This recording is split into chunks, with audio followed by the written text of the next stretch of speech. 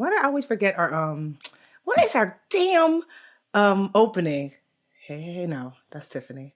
Prohibition. Yo, I always forget. Yo, my memory is like, okay, wait. Hey, wait. Oh yeah, okay. Hey, hey, hey. We're back. We're black. We're extra brown today in the studio. Ambition, ambition, ambition, ambition, ambition. We have some extra brown in the studio today. Actually, one of the first brown people that I've ever seen in personal finance. I remember I was like a fan. Farnoosh Torabi's in the studio. Oh my gosh. I am beyond honored, Tiff. Do you remember when we first met? I do, girl, because I was sweating you so hard. Oh my God. I was like, you were over our bread and butter. We were eating like bread and butter, ice water. It's some dinner at FinCon. Yes. And we had just luck would have it. We were seated next to each other. Yes. And I was just blown away by you because you were like, I'm a preschool teacher right now, but wait world. I have a plan. I'm going to help millions of women get out of debt, make money, get rich. I was like, wow. But I remember it was funny because I'm not going to say her name because we cool now, but at the time I was mad at her for years for this because initially your seat was someplace else. Like you were sitting someplace else. Oh. And I wanted to sit next to you because I was like, oh my God, I want to sit with Farnoosh and talk to her at this event. But then the other person moved my stuff and sat in the seat, assuming that you were going to come back and sit in your seat.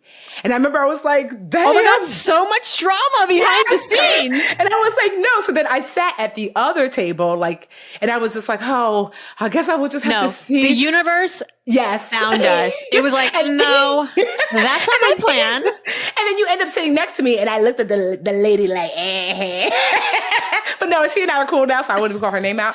But but I just remember, yes, we had the best conversation. I know. We had the best conversation. And you were just so gracious. And honestly, you were just an example of wow, this thing can be bigger than, well, one, you can be brown in this space. You could be a woman in this space. You could be yourself in this space.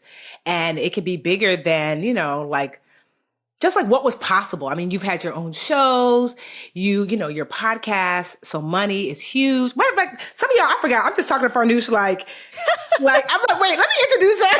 Maybe we should tell everybody who the freak I am. Yeah. So I'm like, hey, girl. So anyway, Farnoosh. So I'm saying it right, Torabi, right? Yes.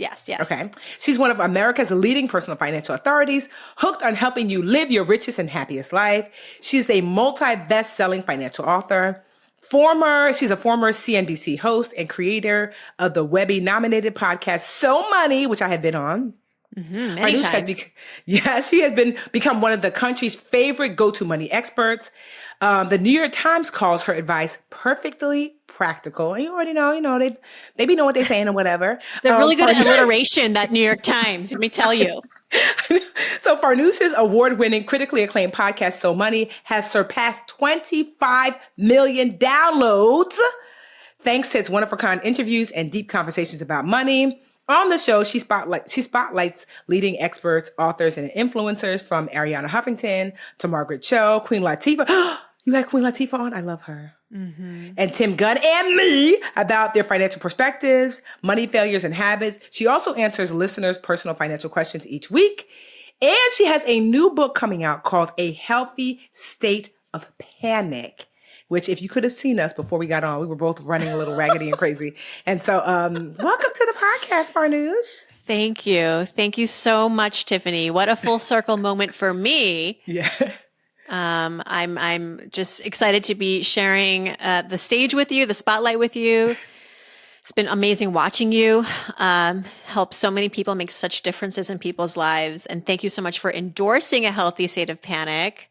One of the first to get their hands on it and say, yes, world, let's read this. But you know how hard it is to sell a book?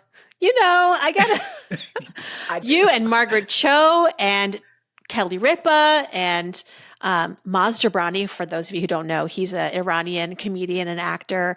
I was blessed to have this sort of early praise for the book and just excited to share it with your audience now. Yeah, well, if you can't tell, Farnoosh is not just this dope, badass financial educator. She's my friend. Where's your dinner? What's that dinner? No, that was lunch. At that, what was that place called? My husband calls it FUBU. But, that's not. It's I studied French too. I should know this. Faubourg. It's got a lot more letters than what it sounds like, but it's a lovely, amazing, my favorite restaurant in Montclair. They tried to open up during the pandemic and they couldn't. And then now it's just like blowing up and it's wonderful. We went there. Yeah. You and I. Yeah, it was like so yummy. So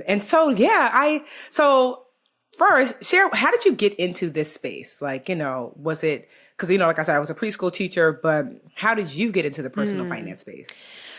Well, two things I think were the tailwinds. I will start with the earlier, I think, piece of the story, which is that I'm the daughter of immigrants from Iran. And I mean, I don't care where your parents are from. If you're a daughter or a son of immigrants in America, you're going to be somebody. Mm-hmm. Like, it's inevitable. Something will happen. You will make it happen. I think that one thing that was culturally unique for us in our home was that we talked about money a lot, the good and the bad. As I write in my book, A Healthy State of Panic, like the fear of money was instilled in me early, and learning to have a relationship with money was instilled in me early. So when I think about when I get afraid of money, what does it sound like? What does it taste like? What does it smell like? It's like fists banging on a laminate kitchen table, because my parents argued about money a lot. Also, though, they laughed about money and they enjoyed money and they worked hard for their money. So I got to see all these dimensions around money. But I will be dishonest if I said that this relationship that I have with money isn't sometimes fear-based, but it's good because it's helped me really figure out what my money narrative is, what I want in my financial relationship. It's helped me recognize some of the myths that I've held on to about money and those myths that have gotten in my way sometimes in the early stages. So I credit my upbringing for giving me really a mature relationship and an emotional relationship with money that I don't think anybody really gets growing up, let alone the literacy, but the actual having that emotional strength around money. And then, fast forward, I studied finance in college. I went to journalism school, got my master's in journalism, and very early on knew that I was interested in telling financial stories. And I wasn't interested in doing Excel spreadsheet work. Like, I didn't want to go work for a bank, which is what a lot of my classmates did. With a finance degree, that's a natural progression. But I was the crazy one who was like, I want to make a lot less money and I want to write articles and tell stories about money. But I think my sense of business and sales spirit that I got in college and working a lot carried with me into the work of journalism, which they don't teach you in journalism schools, like how to be entrepreneurial in this space, how to really have ownership with your content, at least not when I was starting out. And so fast forward, I mean, I guess it's no coincidence that I am where I am, but it's not like I grew up going, oh, can't wait to one day have a financial podcast. That's not really what a 4-year-old goes around thinking. But I knew that I wanted to be in service. I knew that I wanted to help people. And I knew that I wasn't uncomfortable around money. I didn't think that was taboo. And I knew that was special. So I ran with it. No, I love that. And so, I mean, you made this transition to like being visible. Like, was that really weird? Because there were like very few women, let alone women of color, who were like visible on TV. I remember vaguely, like, I don't know if you had a show, you had like a couple of shows, but I remember one, like the set was like red. Was that called So Money? I can't remember. But then you had this other show where you were like interviewing like billionaires, like on like private jets. Like, you had so many different lives in this personal finance. Oh my gosh. People, and it's funny, people be like, oh my God, you have a podcast. That's amazing. I'm like, I have been around so long. Like, you don't even know the rest of it. That's good, I guess. I guess I've been using some good skincare all these years and I stay out of the sun.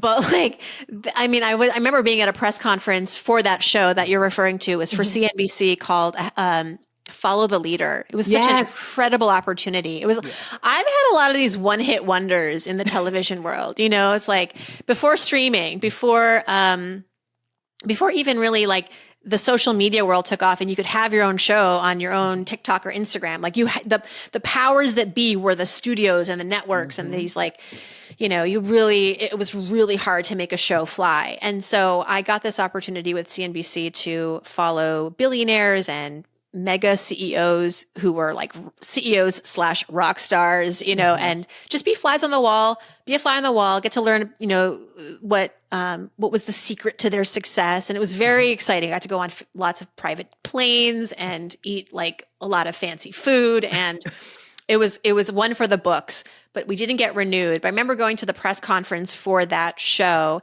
and a journalist stood up and he said, I remember you when you were like, you know, you were like writing for AM New York, which audience, that is a free subway newspaper that is distributed widely in New York City. And I had a byline. I mean, I get more recognition from that sometimes than anything because I had my picture and my byline.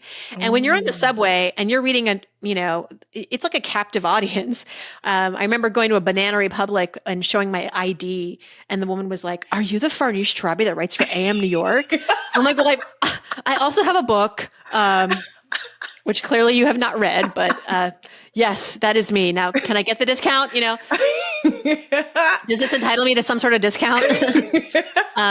Yeah, but I've had the privilege of having so many different experiences. And I think I really went after that. You know, I get bored easily. I don't know about you. I don't think I have ADHD. My son does. And I've talked about that a lot. They say it runs in the family. Who knows? Maybe I have it and I have never been tested, but I'm just somebody I don't idle well. I need a lot of variety. I like appetizers. I cannot commit to an entree.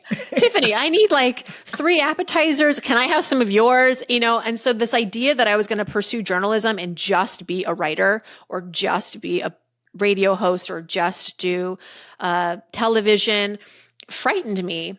Speaking of panic and healthy fear. And I think it led me to try to design a life and a career that allowed me to try and do a lot of things. And not everything sticks, but at least you have fun trying.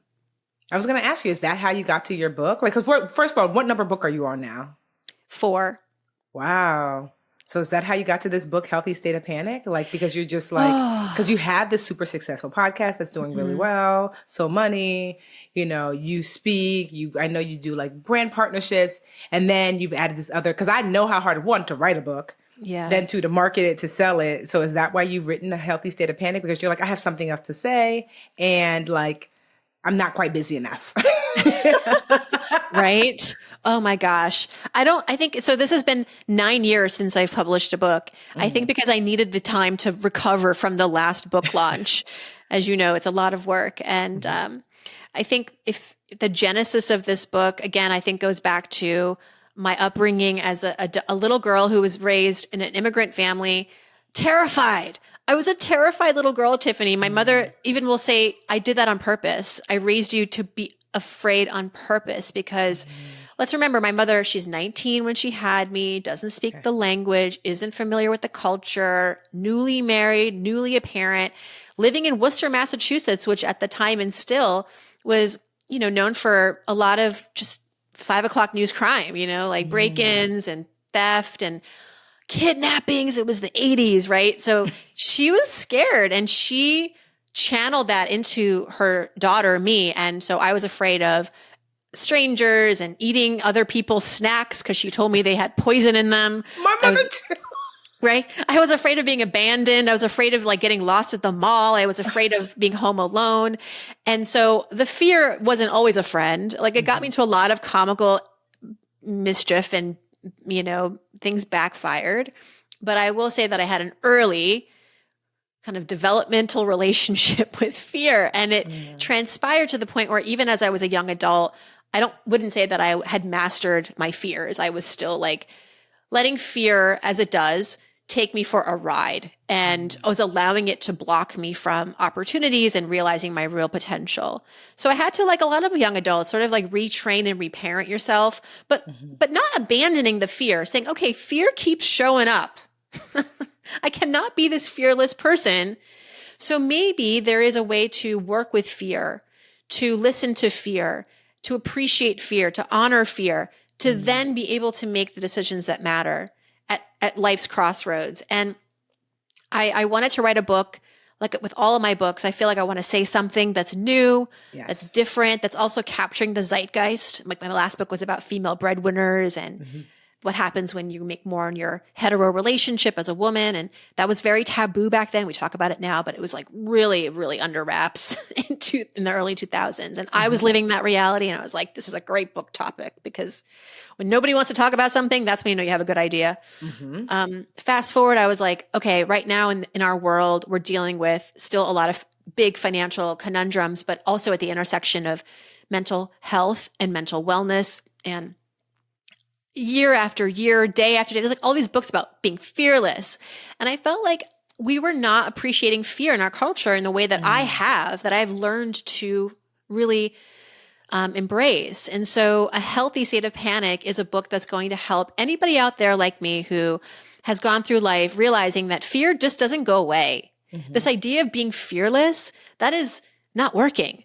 Yeah. So my offer is, what if we actually, when fear shows up, we look at it. We ask it questions. We say, okay, why are you here? Sometimes fear is there to help us. It doesn't want to derail us. We allow it. But I think that we can have agency here now that we're adults, and we can say, okay, fear, what you got for me? And I have done this over and over again in my life, whether it's when making big, high stakes financial decisions, career choices, decisions about who to marry, who to not marry, raising my kids, being good to myself. I think that fear, when we listen to it, like all emotions are valid. Fear too. There was actually a study this year, because they probably knew I had a book coming out, but a bunch of scientists got together and they were like, you know what? They looked at all these sort of like bad emotions that we have branded bad. They're not really bad, but we just as a culture have decided that things like fear, sadness, and anger, we don't want anything to do with them. Happiness, joy, laughter, let's all focus on that. But those feelings, those that we have branded bad. So they did a study and they said that they found that those who perceive actually fear and anger and sadness as bad or problematic are unhappier than those of us who accept these emotions, even just as neutral. And I would go a step further and say, no, these emotions actually have wisdom. And we should listen to them and honor them, because when we do, we are honoring ourselves. Fear for me is very personal. For you, Tiffany, it's different. When it shows up, it's for different reasons. And so wouldn't you want to explore that? I just feel like when we get closer to how we feel, we get closer to who we are and what our values are. And that's the offering in this book. It's looking at money and work and all these really big moves that we make in our lives through the lens of your fears. And, I think it can be funny sometimes. I hope. I don't want this to be a serious book, it's not meant to be too serious. I want it to be approachable, because a book about fear can be scary. Be overwhelming. Yes. Overwhelming. These big, because you're right. Even in grief, this is one thing I learned from my therapist. She was like, even with grief, it brings gifts. She calls them the gifts of grief. Yes. So much clarity, just is that what I really want to do? Is this direction I want to go to? Same thing with fear, right? Because fear is an indicator wait, this is something internally is saying, pay attention, pay attention, pay attention. Yeah. If I'm feeling this way, maybe, that's actually, it's because I don't want to become, I remember after I was going to graduate college and I was really afraid of graduating college. It's because what I had lined up, I had done this internship, which was so boring, and they'd offer me a job. And I was like, okay, even though I hated the internship, I used to cry every day. So I was afraid to graduate. And because I dove into that fear, what I was really saying was, I don't want the life I've got lined up, because I don't want to work there, but I know that my parents would be like, oh, that's so good, And I just remember I quietly declined and decided I accepted a job at a local daycare center. And I did not tell my parents, because it was like telling them I've decided to become a drug dealer. Especially with immigrant parents, they're like, we didn't work so hard for you to. Yes. Oh my God. I can see how fear really, it's a mechanism that you can use to say, wait, what am I actually really saying? Yes. I think that. With your story, Tiffany, I think what I try to do in the book is try to distill the fear even further. So there's 9 chapters, and each chapter is dedicated to a kind of fear. Oh, Because okay. what we tend to do in our culture is we're like fear, 4-letter word, monolith. Fear has many brands and flavors.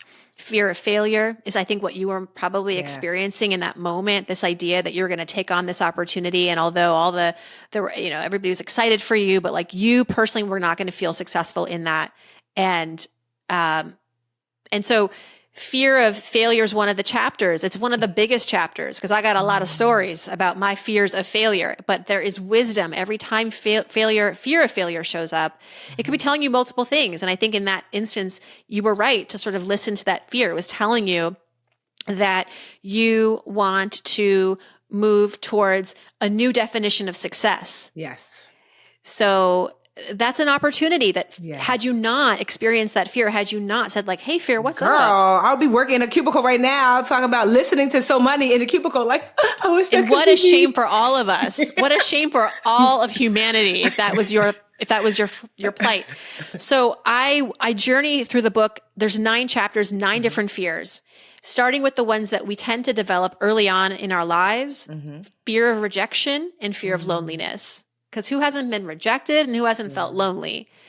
And then it goes into FOMO because it is a 21st century book. And the fear of missing out on other people's fun. What is that actually telling you to do? Lots of stuff. The fear of exposure. I kind of made this one up, but I'm sticking with it. So there is a big push in our culture to be vulnerable, which I can appreciate. I have gone there. I've gone to the depths with certain audiences, certain people. I've shown my true self when it felt right. But I think there is a push to be vulnerable all the time. And some people don't know the boundaries and then they get in trouble. Yes. They share all the things. And you're like, share oh, girl, like they it's not giving what you overshare. thought it was giving. That's not the flexes that you thought it was. I mean, it may sound to us like, because maybe we've experienced it and we're like, yeah, you don't do that. But for the person reading the book who might be in her early 20s or his early 20s, and they're like, but I thought I was supposed to bring my whole self to work. I thought I was supposed to tell everybody all the things. I was supposed to speak up all the time. Well, in theory, that would be great, but we don't live in a euphoria like that. Like the world is not always so forgiving of people that have different opinions or different backgrounds. And not to say that you have to hide that or lie about that. But I think this chapter is really about how to be discerning when fear of exposure, which means like you're afraid of like someone finding out something personal about you that is sacred. Like, I don't think that everyone needs to know everything about me. Yeah. You know, like I share that with certain people, but not everybody. And so how to read the room when that fear shows up, it's telling you to read the room. Case in point, I was at FinCon and I was on stage with a bunch of, it was a panel on how to negotiate and earn your value as a creator and entrepreneur in personal finance. And touche, that this person asked this question because it was about negotiating and earning your value. And she said, got up in the audience full of people, I don't know, raised her hand and said, Farnoosh, how much money do you make? Like actually. And they're like, girl, I'm not trying to get robbed on the way home. Well, I mean, thank you for thinking I make that much money, but I was like, I appreciate the question, but in this forum, in this moment, not appropriate. For me, some people may be willing to go there, but that fear of exposure crawled up in that moment and like showed up and like was staring at me in the face. Like, you really want to go there, Farnoosh, with all these strangers? You want to tell these people what's on your W-2? And I'll tell you why I was afraid. It wasn't because I was afraid of maybe what people might think. I don't even know what people might think, but I'll tell you what my personal fears there were telling me. It was that you don't know who's in the room. You don't know who's in the room. I would love to think that everybody in this room is like an advocate and supports me and would be like, yeah, you should earn that and then some. But I know, because I've lived my life and I have experience in this, that when people sometimes find out how much you make, they judge you for that in ways that I don't want the distraction and I don't also want to get penalized. So there was a story that before this happened, I'd experienced something that was complete BS, but I was negotiating a deal with a brand. This was round 2 of the negotiations. We had already worked together. I had delivered on all points, and they were coming back to do another term. So I obviously asked for more money. And I was negotiating this through my agent, but my agent came back to me and he said, "You'll never believe what they just said." I said, "What did they say?" I know I was asking for more, but I wasn't asking for, crazy amounts. It would have been a lot for me, but not a lot for them. Also considering that they were getting a lot of value. He said, the woman who's their rep, the brand rep, said, "Doesn't Farnoosh already make enough?" Oh, yeah, see. So this is going on in the world, Tiffany, right? And this is a woman. So I said to my agent, "Please go back with the following transcript. Are you sure you want to go on the record for saying that to a woman?" And I got long story short, I got my money. But my point is that there's a reason employers are not allowed to ask you, how much did you make in your previous job? Okay. So if you can accept that that is cool, like that, I get that. I get why I shouldn't be cornered during a job interview to give somebody my salary history, because it can be used against me. Same goes when you're an entrepreneur working in a field where, there are people, unfortunately, out there that devalue you and will use what you make as a weapon against you. Now, having said all that, back to that FinCon moment on stage, this woman's asking me how much I make. I said, "Look, I will happily have this conversation with you one-on-one." Yes. And I said, "Anybody else in this room who wants to talk about, negotiating brand contracts and all that, like, I'll be at the Starbucks downstairs." And a table of 7 or 8 of us got together and we talked, and we are still in touch. So I think that when the fear of exposure shows up, and this is like a real important chapter in the book, especially now, because it may not seem like it has anything to do with money or work, but it shows up in these contexts, right? That you should take a beat. And it doesn't mean you run away or you hide, like sometimes we think fear is nudging us to do. No, it's just saying, read the room.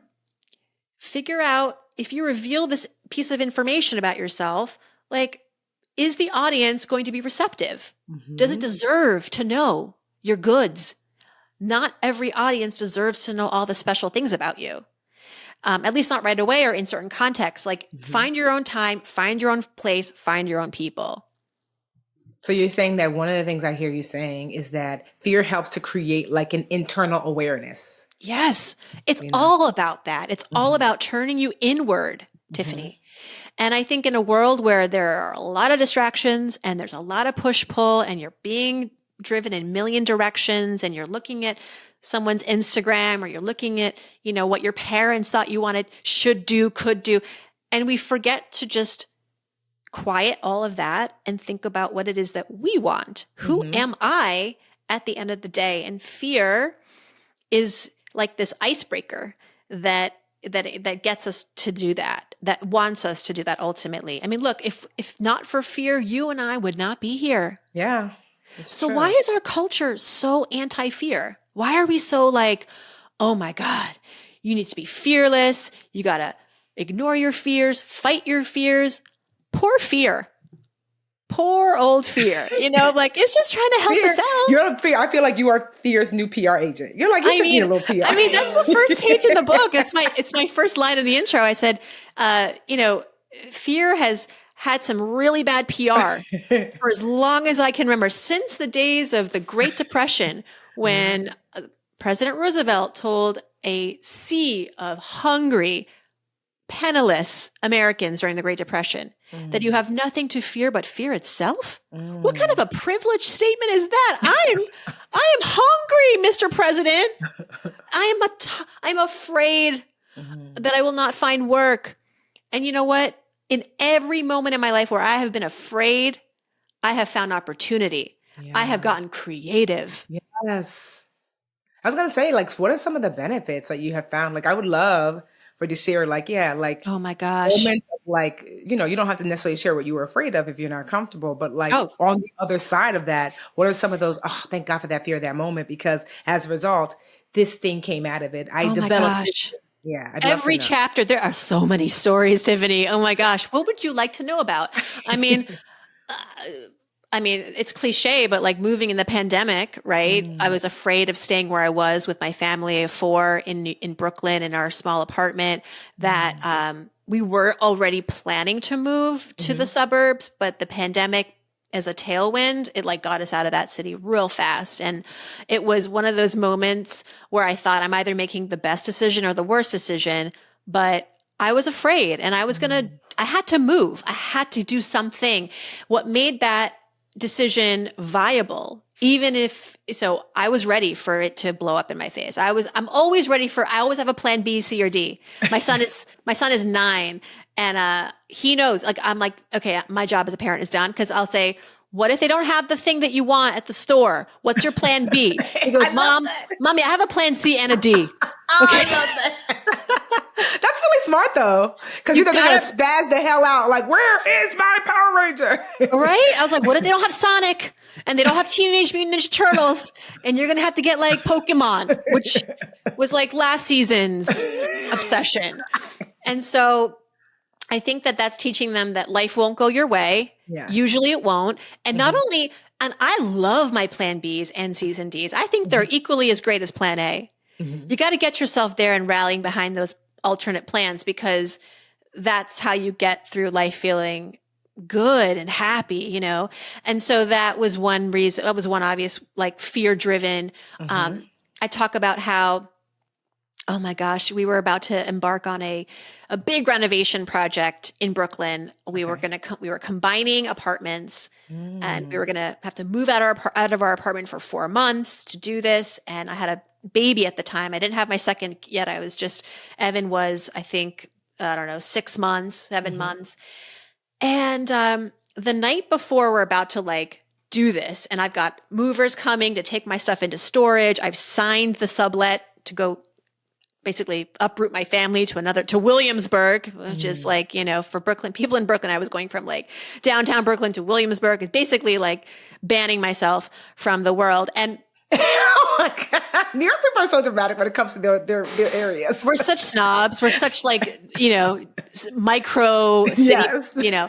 So the contractor that we had hired, who was recommended by an architect, whom we had met several times, lovely man, we're about to meet for our final budget meeting to go over the budget. And he comes into my apartment. I swear to, I kid you not kidding. He was like, Tiffany, he was like sideways. He was like that slim, what is that, V8 commercial where they come in like sideways. I was like, he drunk? He was holding it together and he wasn't like falling over himself, but he was like a different person. He was loud. He was snippety. He insulted me at one point. I said, I want to just talk about the flooring because the flooring was really expensive. I was like, can we shop this around? And he goes, I thought you like nice things. Oh. And I was like, oh, okay. Like, it suddenly got really hostile in the room. And like my architect, I'm looking at her like, are you watching this movie? Like, I don't know what's going on. Like, this is the part of nice contractor is now by like belligerent. I don't know what's going on, man. It's his, you know how like when you do a play and it's like, what was that? Like your like if you can't do the play, like let's just say the understudy. Yes, the understudy. Yeah, he was totally the understudy, and I was like, I don't know what his deal is. And also I was like, all right, let's look at the budget. And he didn't bring the budget to the budget meeting. Wow. So I said, you know what? Let's just wrap. We'll convene in the morning. But between you and me, like, I needed to know what was going on. I had to get to the bottom of this guy. So I pulled my architect aside. I said, can you please follow up with him and find out what is going on? And so she called him that night. And at first he denied everything. He's like, oh, I thought the meeting went great. She's like, you clearly weren't there. Like, what was going on? And then after a little bit of, you know, here and there, he said, well, actually, my cousins were in town. We went out for some beers. And then I took my back pain medicine. And then he thought it was a good idea to come to a meeting. Now, I don't fault him for that. Like taking his medicine with his beers 4 hours apart, but whatever, like do that in your home. Yeah. Don't come to a meeting at someone's house and then pretend like everything is okay. Yeah. If he had just canceled that meeting, he would have been fine. He would have been covered. And because here's what happened. When I found out that he did that to us and thought it was cool, and he's the contractor, he's not the mailman. You know, he's dealing with heavy machinery. Yeah. and he's dealing with a team and New York City laws. And I said, I cannot hire him. And this specific fear that I had was the fear of failure. I feared that if I hired him, the project would fail because he would show up again. I couldn't trust him. And there's a whole section in that chapter about red flags. Okay. I love red flags. Red flags are your friends. When people show up as they are in their truth, believe them. Yeah. And I just felt like I was afraid that if I fired him, that I was going to lose out on all this money. I was supposed to move into a sublet. Like, how could I do this? People wanted me to turn a cheek. My architect even was like, I've never seen him like this. I don't think it's going to happen again. But I was like, here's what you ask yourself. If in a year or 3 months, something blows up and it's him doing his thing again, who would you just be like, oh, I didn't see that coming? Because you did. Because I did. Mm-hmm. And it was not a small thing. Yeah, no, it's not. It was a huge 6-figure project. People were involved. Lives were involved. The law was involved. And I just couldn't, no. So I did bite the bullet. I mean, I cut losses there. I moved into a sublet that I didn't need to for the first month. I had to somehow scramble to find a new contractor. I had things in storage that I didn't need to. So I had spent all this money that was just sunk costs at that point. But I knew that there was a bigger fear waiting for me, a bigger disaster waiting for me. And that's really what a lot of times it comes down to when you feel fear and you're thinking, do I do something? Do I not? Here's what I want to offer you. Think about if you don't do anything with this fear. If this fear does what it sometimes does to us when we're not really being thoughtful or calculating, which is like it stops us in our tracks, like it freezes us. You don't want that, because think about in a year or down the road, you ignored this, you didn't do anything. You thought you were going to be fearless. Something else bigger happens. That's scarier. Yeah, it honestly, and this just really resonates with me, especially over the last 2 years. I remember I didn't give birth. I have my stepdaughter, Alyssa, who's awesome, who for the first time today, she sent me like this GIF that said, I love you. And I was like, aww. I mean, she's a teenager, so that's like getting $1 million. So sweet. I know. That's what I'm saying. Like, I was like, what? I mean, I always tell her I love her. Like, I drop her off at school. I love you. I get up to her, I love you. And she always responds. But this is like the first unprompted, not, I love you. So these Jordans, I really like, Yeah. Not a tee up to anything. Right? It was just so super sweet. But I remember, I was never really sure. I mean, if you guys listen to the podcast for a while, I love kids. I taught preschool because I love kids, but I was never 100,000%. I definitely want to be a mom. But I remember that I had this fear that if I didn't try, I would live to regret it. Mm-hmm. I knew that for sure. I was like, and it was and I knew Jarrell was like an amazing dad. So I was like, worst case scenario, this kid got an awesome dad, right? Just in case I don't work out. And so, but I just remember distinctly thinking, I'm not sure. I mean, I think I want to be a mom. I'm not sure, but I know 100% that if I don't try, I'm going to regret it. Because there's this fear that was pulsing. And so I wasn't able to conceive naturally. I did IVF for 3 years and it didn't work out. Actually, we did our last implementation with the embryo, in October, and Jarrell passed away in November. Mm-hmm. Mm. But because I did those 3 years, because I asked my therapist, I said, of all the things I'm going through with grief, why is it I don't feel bad that I didn't give birth to any kids? She said, because you did everything possible. Yes. And to your point, of all the other emotions I have to deal with, that's not one of them, because that fear made me take action. And because I did everything. I remember at the time, my IVF doctor was like, Tiffany, you're like my best patient.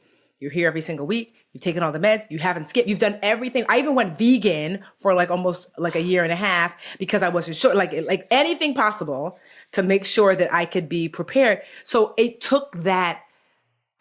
So many people, when someone passes away, live with regret, and that wasn't a regret, which would have been a heavy one. Because what if I had let the budget needs to get in the way? I was a workaholic. What if I had let that? Because I was this close to being later.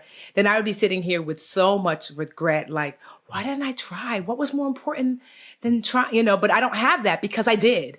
And so to your point, that was a beautiful fear that allowed me to do something that now I can like rest easy when it comes to that component of my life because I did all that I was capable of doing. And if it was supposed to happen, it wasn't because I didn't do all that I was capable. So I can let that go. So I'm grateful. And there's so many instances of that, for me, like grateful for that fear. So I'm super excited to read your book because to your point, I think so many of us are taught to lean back from fear. And what it sounds like is that your book really teaches us to lean into it and use it as the tool that it was intended. I know. And it's available to all of us. We are all experts. I mean, if we were going by Malcolm Gladwell's 10,000 hour rule, we are bona fide fear experts. Just add it to your LinkedIn profile. Just do it. You are there, my friends. I mean, thinking about this world that we live in and how so many resources are inaccessible, right? There's just not equity when it comes to the availability of tools and resources to help us navigate life. Fear is abundant. It is a natural resource. And what a gift if we just allow it to be that, if we just allow it, if it's just a reframe, it's a simple reframe. And to your story about, doing all the things you can do, that taking control of what is a completely uncertain moment. I mean, anyone trying to get pregnant, you just have to cross your fingers. It's just, you think you have so much of a role in that. But I think what I'm hearing from you in that story is that you had this fear of uncertainty and you decided to create order in the disorder. And your best way of doing that was to do what you could do. What can you control? And that's often what the fear of uncertainty is nudging us towards. It's not asking us to spiral. It's not telling us to chase our tails. It's not telling us to bury ourselves in uncertainty or not make a decision. It's saying, what do you have at your disposal? What are the resources that you have where you can feel empowered and in control? And it still may not work out, but to your point, at least you can say, I did everything I could. Exactly. And that's really what I realized I was asking of myself, because I'm like, I can't. So there are more people who have not been born than born. We realize that when you really try to have a baby, especially if you go through the scientific component of it, you start to realize what a miracle it is that you're sitting here. Because if your mom would have coughed instead of sneezed, if she would have had a coffee instead of tea, anything, literally, if your dad had a unibrow and your mom was like, not really into unibrows, you literally might not be here, Right. And so it's such a miracle. So you realize I knew that, but yeah, I just think I love this. I can't wait, honestly, for it to I know you gave me the galley change copy, the world. But honestly, I'm someone, honestly, I love, these days, I love to have my physical book, but I can't wait. Are you reading the audiobook version of this yes, book? I just finished recording it. Awesome. And one of the ways we wanted to make it extra special was to incorporate actual audio of people that I have interviewed from the podcast that I have excerpted. So you get to hear their voices. You also hear me impersonating my parents, your beautiful Nigerian accent from your parents. I have the Persian mom and the Persian dad, and it's just fun. I'm not going to pretend that I'm going to be revolutionizing anything here, but I just hope that people will give themselves more credit and give their feelings more credit. And to know that we're all scared all the time. You can be scared and successful. You can be afraid and fulfilled. That they don't cancel each other out. Yeah. And that, I'm living proof of that. And I am continuously terrified. There was a man taking photos of my house from his car the other day. Wasn't the other day. It was during the pandemic. So even scarier. And I was like, oh my God, he's totally plotting a home invasion. He is figuring out my routine. He was a home appraiser, Tiffany. I figured that you were going to say that. I knew he was going to say that. He probably was a home appraiser. I was like, oh, that makes sense. All the houses are selling on our block. It's the pandemic. That's what he's doing. Yes. Because no actual home invader is going to be that out and about. Right?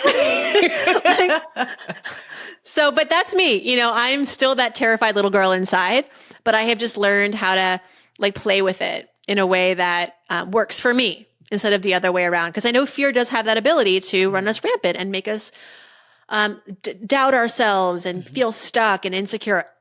This is not what I'm saying. Fear can do all of those things, and it can also be a tool, and it's our choice to decide what we're going to do with it. Well, where can people get your book, A Healthy State of Panic? All your favorite independent booksellers. I want to lead with that. I want to support our independence. But also if you don't have access to an indie, online, everywhere you'd like to shop, and if we're airing this before the pub date, which is October 3rd, you can go to ahealthystateofpanic.com and submit your receipt, and you'll get my free program. It's called Scared Smart. And it's a 3-video course workbook plus the introduction. I figured, why wait till October 3rd to get a handle on your financial fears? So that's what that program walks you through. And it's my thank you to those who want to support the pre-sales. I love it. So ahealthystateofpanic.com will list all the places that people can purchase. You can purchase it there. Yeah, through there. And then that's also where you can submit for the bonuses.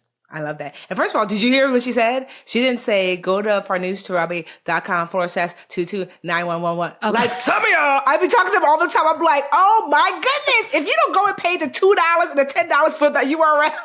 Like, yeah, just do it. Yes, because you get it for $10, and then even if let's just say A Healthy State of Panic, which I can't believe you got. That's such an awesome name that it was available, right? But let's just say that wasn't available. You could buy A Healthy State of Panic book. This is just like me telling everything they with know a book. Sure. But you can put book after, before, or whatever. But they know I'm always getting on them that when you're going to do a thing, it's literally $10. Buy the daggone URL so people don't have to try to figure out wait, And so, yes, I love that. A Healthy State of Panic. Do you ever get emails from GoDaddy or whoever that's your URLs are about to expire? And it's the ones that I bought in 2008 that I had an idea in the middle of the night and I just went and bought and I was like, what was I even thinking? What is this site? No, I have one that's what was it? It's responsibility, TE for t-shirt, because I was like, ooh, I'm gonna do t-shirts that have these responsible messages. Girl, I was like, that was $10 not well spent. But either way, I got it. And so it's a business expense. You can write it off, okay? And literally, it's typically the average URL, unless it's something super, super popular, it's about $10 for the year. And you don't have to set it on automatic renewal. So I just tell people, go ahead and get it. And then if you don't use it, that's fine. But ahealthystateofpanic.com. And Farnoosh, where can they follow you on all the socials? Well, you mean the social? I'm really just on Instagram. I can't. I know there's Threads now and of course TikTok and what's Facebook, but Instagram is again, going back to my book, the fear of exposure, that's where my people crowd. I'm not going to be going bearing all on TikTok. You're never going to see me doing that. I've tried.